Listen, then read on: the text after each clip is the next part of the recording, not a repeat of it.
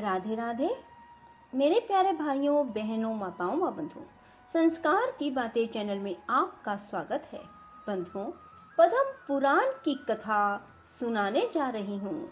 बंधुओं, यदि आपने हमारे YouTube चैनल को अब तक सब्सक्राइब नहीं किया तो जरूर करें और बेल आइकन दबाना ना भूलें। बंधुओं, पद्म पुराण की कथा को नित्य सुने, देखना भगवान विष्णु की आप पर असीम कृपा होगी और आपके जीवन में खुशियां ही खुशियां होंगी। बोलो विष्णु भगवान की जय हो। जो जिस किसी भी वस्तु से अपना शरीर ढक लेता है, जो कुछ मिल जाए उसी को खाकर भूख मिटा लेता है, जहाँ कहीं भी सो जाता है उसे देवता ब्राह्मण समझते हैं। जो जन समुदाय को सांप समझकर, स्नेह बंधन को नरक जानकर तथा स्त्रियों को मुर्दा समझकर उन सब से डरता रहता है, उसे देवता लोग ब्राह्मण कहते हैं। जो मान या अपमान होने पर स्वयं हर्ष अथवा क्रोध के वशीभूत नहीं होता, उसे देवता लोग ब्राह्मण मानते हैं। जो जीवन और मरण का अभिनंदन ना करके सदा काल की ही प्रतीक्षा करता रहता है, उसे देवता ब्राह्मण मानते हैं। जिसका चित्त राग द्वेष आदि के वशीभूत नहीं होता, जो इंद्रियों को वश में रखता है तथा जिसकी बुद्धि भी दूषित नहीं होती, वह मनुष्य सब पापों से मुक्त हो जाता है। जो संपूर्ण प्राणियों से निर्भय है, समस्त प्राणी जिससे भय नहीं मानते, उस देह अभिमान से मुक्त पुरुष को कहीं भी भय नहीं होता। जैसे हाथी के पद चिन्ह में अन्य समस्त पादचारी जीवों के पद चिन्ह समा जाते हैं, जिस प्रकार संपूर्ण ज्ञान चित्त में लीन हो जाते हैं, उसी प्रकार सारे धर्म और अर्थ अहिंसा में लीन रहते हैं। राजन, जो हिंसा का आश्रय लेता है वह सदा ही मृतक के समान है।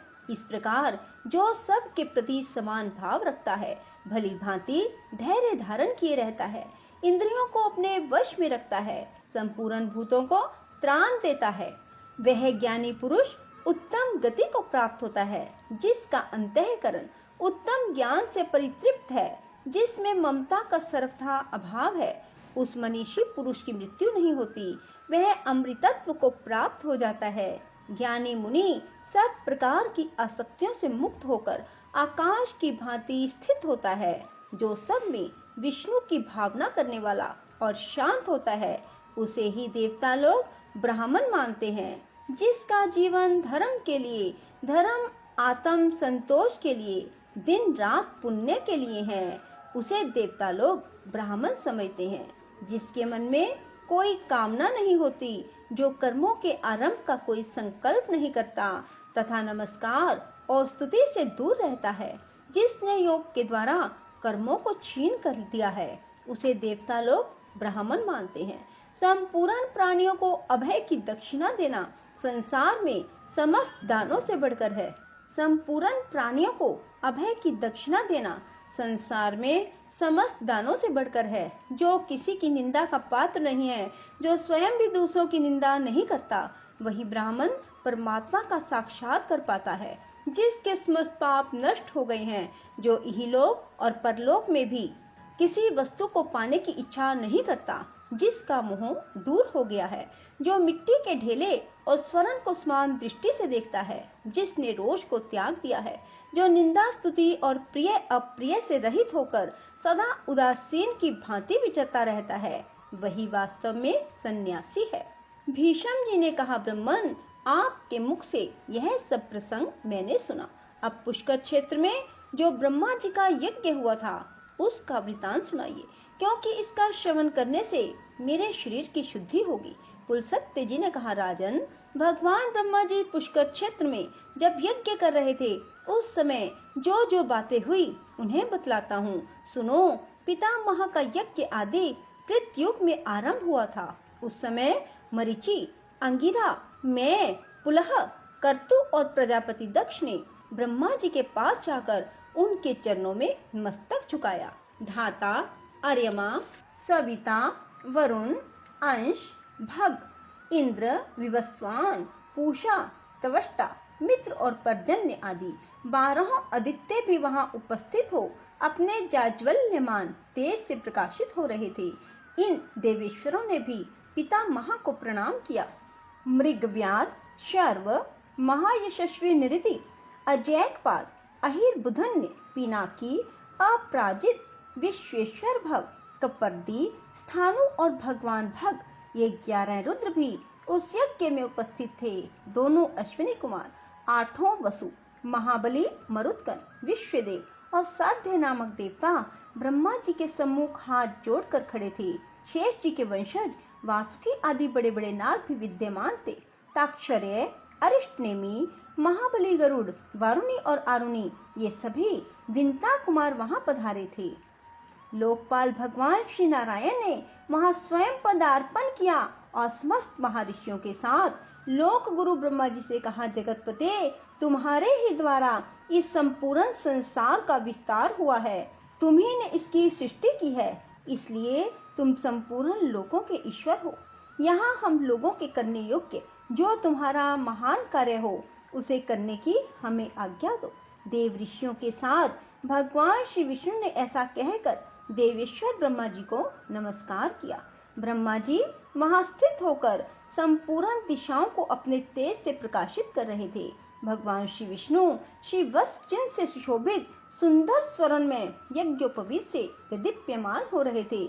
उनका एक एक रोम परम पवित्र है, वे सर्व समर्थ हैं। उनका वक्षस्थल विशाल श्री विग्रह संपूर्ण तेजों का पुंज जान पड़ता है। देवताओं और ऋषियों ने उनकी इस प्रकार स्तुति की, जो पुण्य आत्माओं को उत्तम गति और पापियों को दुर्गति प्रदान करने वाला है। योग सिद्ध महात्मा पुरुष जिन्हें उत्तम योग स्वरूप मानते हैं, जिनको अनिमा आदि 8 ऐश्वर्य नित्य प्राप्त हैं, जिन्हें देवताओं में सबसे श्रेष्ठ कहा गया है। मोक्ष की अभिलाषा रखने वाले संयमी ब्राह्मण योग से अपने अंतःकरण को शुद्ध करके जिनके सनातन पुरुष को पाकर जन्म मरण के बंधन से मुक्त हो जाते हैं। चंद्रमा और सूर्य जिनके नेत्र हैं, अनंत आकाश जिनका विग्रह है, उन भगवान की हम शरण लेते हैं, जो भगवान संपूर्ण भूतों की उत्पत्ति और वृद्धि करने वाले हैं, जो ऋषियों और लोकों के सृष्टा और देवताओं के ईश्वर हैं, जिन्होंने देवताओं का प्रिय और समस्त जगत का पालन करने के लिए चिरकाल से पितरों को कव्य और देवताओं को उत्तम हविष्य अर्पण करने का नियम परिवर्तित किया है। उन देवश्रेष्ठ परमेश्वर को हम सादर प्रणाम करते हैं। तदंतर वृद्ध एवं बुद्धिमान देवता भगवान श्री ब्रह्मा जी यज्ञशाला में लोकपालक श्री विष्णु भगवान के साथ बैठकर शोभा पाने लगे। वह यज्ञ मंडप धन आदि सामग्रियों और ऋतिव्यों से भरा था। परम प्रभावशाली भगवान श्री विष्णु धनुष हाथ में लेकर सब ओर से उनकी रक्षा कर रहे थे। दैत्य और दानवों के सरदार, राक्षसों के समुदाय भी वहां उपस्थित थे। यज्ञ विद्या, वेद विद्या, पद और क्रम का ज्ञान रखने वाले महर्षियों के वेद घोष से सारी सभा गूंज उठी। यज्ञ में स्तुति कर्म के जानकार, शिक्षा के ज्ञाता, शब्दों की व्युत्पत्ति एवं अर्थ का ज्ञान रखने वाले और मीमांसा के युक्ति युक्त वाक्यों को समझने वाले विद्वानों के उच्चारण किए हुए शब्द सबको सुनाई देने लगे।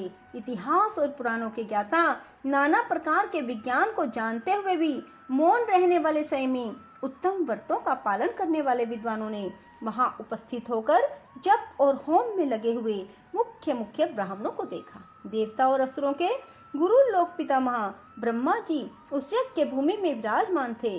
सुर और असुर दोनों ही उनकी सेवा में खड़े थे।